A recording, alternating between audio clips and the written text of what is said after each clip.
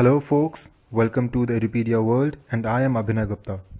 Today again we'll continue with the topic, the appointment and qualification of directors. So far in the topic we have already seen the introduction where we dealt with what a company is, what is its legal entity and why does it need a director, right? And then we have seen the difference between the executive and the non-executive director. And we have also understood that only an individual can be a director in a company. Then further we have seen the provisions of section 166 and the number of directors that can be accommodated in a company, the minimum and the maximum number of directors. We have also seen the minimum and the maximum number of directorship that any person, any individual as director can hold. Then we have seen the qualification and disqualification of directors, and we understood that there is no qualification required and it is negatively stipulated by providing for the disqualifications. Then we moved on to understand the appointment of director, and the basic need was the director identification number. We have seen the sections, section 152 to section 159, that covered the various provisions of the allotment, of application, allotment and usage of the director identification number, followed by the rules, the rule 2D, rule 9, 10, 11 and 12, which referred and which went into detail explaining the provisions of the sections that we have referred, right? So now we move ahead to the next section, that is section 160, and section 160 deals with the right to stand for directorship. So first we'll understand what is the right to stand for directorship. Right to stand for directorship is the right given to any individual, right, as per which he can stand or he can contest for the election of directors into a company, right? He has the right to stand as a candidate to be appointed as a director into the company.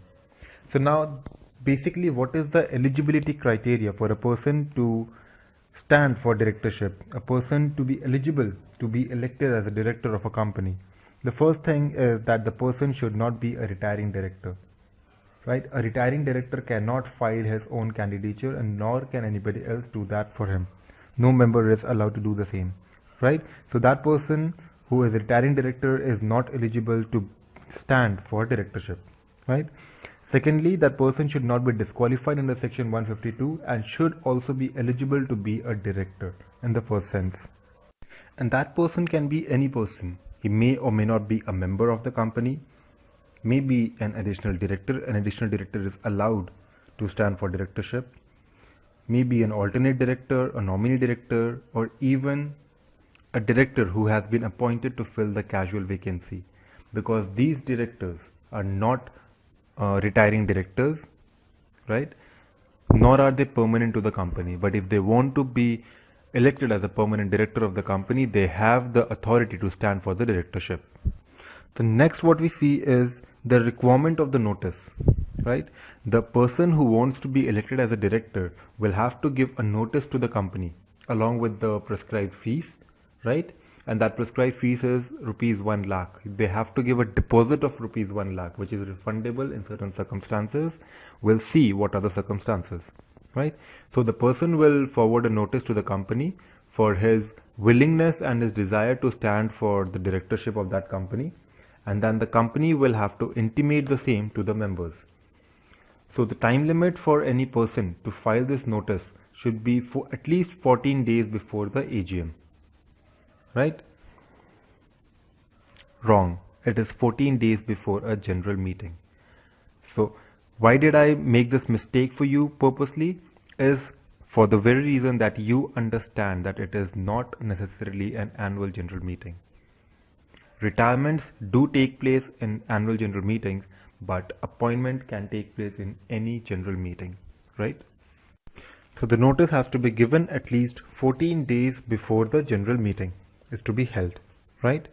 Then what will the company do with the notice? Once the company receives the notice, they will have to intimate the same to the members that yeah, this is the person who is standing for the directorship and you need to know his name and his profile, because the same person needs to be voted in the general meeting. So you need to know the details about the person. So the company will forward that notice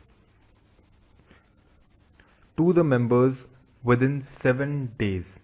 prior to the general meeting, right? What else will be the requirement of the notice? One thing is it is given at least 14 days before general meeting.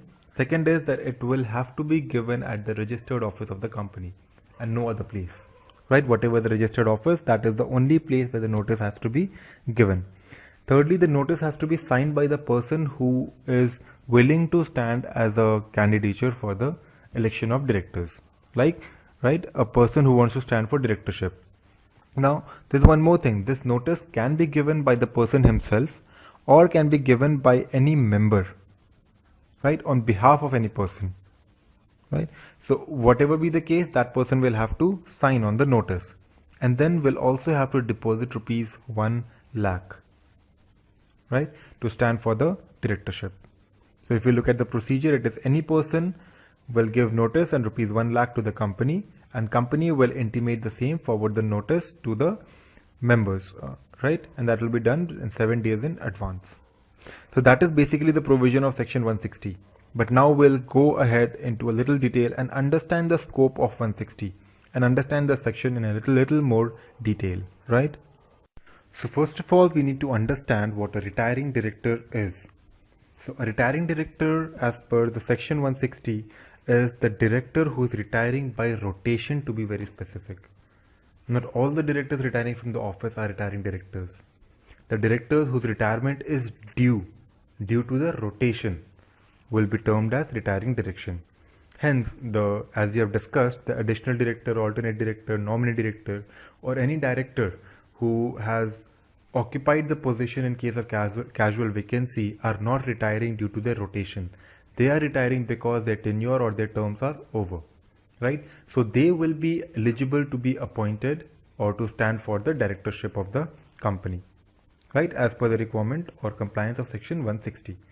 So with the section 160 helps you to get other person apart from your board, apart from the retiring director, to be elected as the director into the company, right?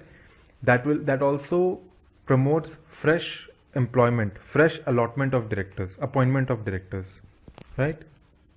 And if the company does not want to reappoint the retiring director, that is when they apply section 160 and appoint another person as a director of the company, but that person should first stand for the directorship, and section 160 provides for the same, right? Then we understand what meeting are we talking about. So we have already discussed, we are not talking about annual general meeting, to be very specific. We are talking about any general meeting. The appointment of a director can take place in any general meeting. It is not very specific to hold an annual general meeting, right? But yeah, retirement by rotation, that takes place in an annual general meeting only. Next is about the provision in article. So can a provision in article overrule section 160? Overrule the provision of the act? The answer is no.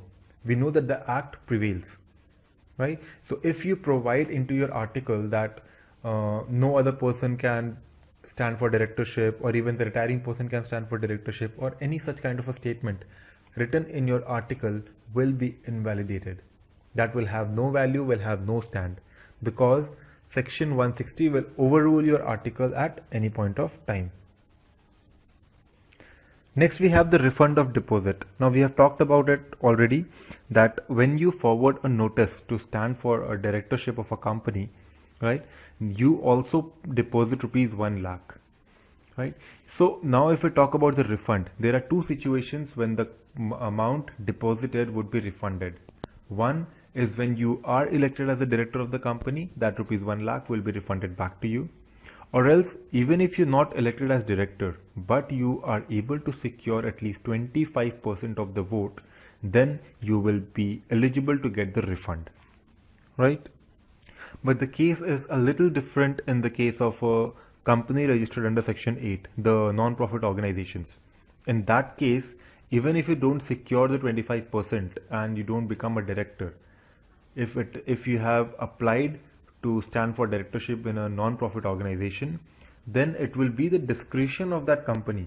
It would be the discretion of the board of directors of that company to decide whether or not to forfeit your money, whether or not to keep your money. If they want, they can also refund your money back to you, right? And one more thing to remember is that if there is any non-compliance with section 160 on the whole, then the appointment of the director would be invalid.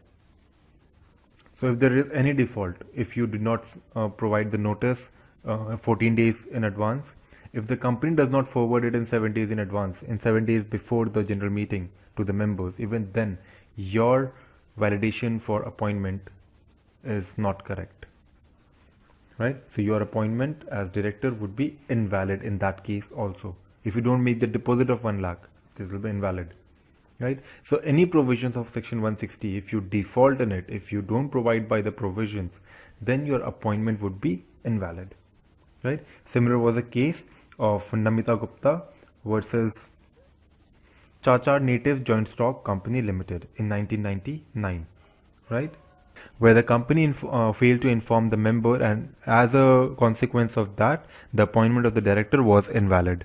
So now when we talk about informing the members within 7 days prior to the holding of the general meeting, so what is the manner of how do you inform the members? So to inform the members, what you do is you send an electronic mail to the members, to those members who have given you their emails, who have given you their email addresses, and who have consented to receive it via email. And the other members who have not provided their email IDs and who have not consented to receive the intimation in form of an email, to them you will have to send a written document, and along with it you will also place it on your website. On the website of the company, you will declare that yeah, this member is standing for the candidature of a director, and this is with regards to the notice received from that person. Now, individual notice need not always be necessary. So what are the exemptions? You would get an exemption from sending individual intimation to the members if you advertise in the newspapers. So if 7 days before the general meeting, you give an advertisement in a local vernacular newspaper that is running in the district, and an English newspaper that is running in the district. If you give an advertisement in these two newspapers, you're not required to send an intimation to each one individually. So that will be all for the day. Stay tuned for the next lecture. This is Abhinay Gupta signing off.